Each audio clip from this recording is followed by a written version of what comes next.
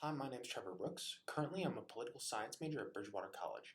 And what I'm here to talk to you guys today about is the change in how we consume our news and how that affects us. And while news has always been partisan, in fact, in The Federalist 12 by James Madison, he noted that it was the job of newspapers to be partisan. It is the condensing of this partisanship that is causing all of these adverse effects that we see in the media today. So the major way that we consume news that's different than how our founders did is that we use technology to consume our news through phones or cable news. And now this technology helped create the 24-hour news cycle, or the fact that we have access to information at our fingertips 24/7. Now, this 24-hour news cycle was very different back in the 80s and 90s as CNN first started getting developed in 1980. Back then, they were very partisan. However, after the creation of Fox in 1986 and the competition between the two, they started to diverge politically and start forming camps of left and right. This condensed partisan journalism, or the fact that they only really report on left and right wing stories, has started to divide Americans. This division can be seen in this chart made by the Pew Research Center.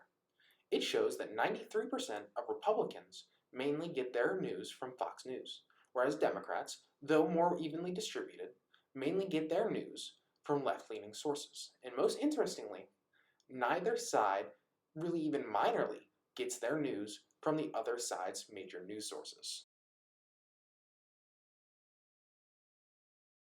This partisan consumption of news ends up radicalizing the people. Because when you only surround yourself with information that affirms your beliefs, especially when those statistics may be a little bit misinterpreted or a little bit skewed to further an agenda, you are going to stop looking at the other side. You're going to stop being able to see the rationale of the other side. And we've seen this. We've seen the effects of this radicalization in the hijacking of the Republican Party by the Tea Party and Donald Trump, and the radicalization of the left with the prominent rise of Bernie Sanders and AOC. This radicalization makes us violent. In fact, a study done by Politico shows that 1 in 3 people that subscribe to one of the two major parties is okay with what they call political violence as long as it furthers their own agenda. So now that we've talked about traditional news, let's move on to the added layer that social media gives to this mess. So social media really affects our young generation. It's really come about in the last couple years about spreading news. This is done by something called citizen journalism, or journalism that's disseminated by individuals, not a mainstream media source. It really affects Gen Z, with 57% of people in Gen Z saying that the first time that they access a news story comes from social media. Now, this has some good things and some bad things. Citizen journalism allows for information to spread rapidly, extremely fast. However, this information is usually not fact-checked. It's usually posted with some kind of agenda in mind. And there's no real way to prove if it's fake or not. It's very hard.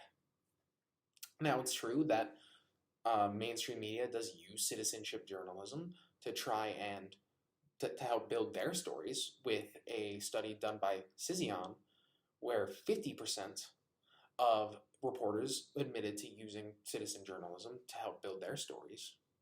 It's when we go into comment sections and we see experts commenting about how X, Y, and Z are terrible and are going to ruin this country, when really they have no idea what they're talking about. We live in an age where anyone can be an expert on the internet, and that is very dangerous for our political process, for our democratic process. Because when people cannot think for themselves and they trust these people, it only furthers the radicalization that the mainstream media has already incited. The other problem with social media is the hatred that it allows. Absolutely terrifying hatred. Go into any political comment section, and you'll see people insulting each other based on nothing other than their political ideologies. This is not what this country was founded on. This country was founded on an ideal of compromise. If this country cannot learn to compromise, we will see more violence, more radicalization, all driven by the 24-hour news cycle and disinformation spread through social media. It will only get worse if the people are not informed of these biases and of these processes and what they're doing to erode the democratic process. So now I hope that you are more informed, and that the next time you take part in the democratic process, you understand that there are people trying to pass agendas, and there are people spreading misinformation.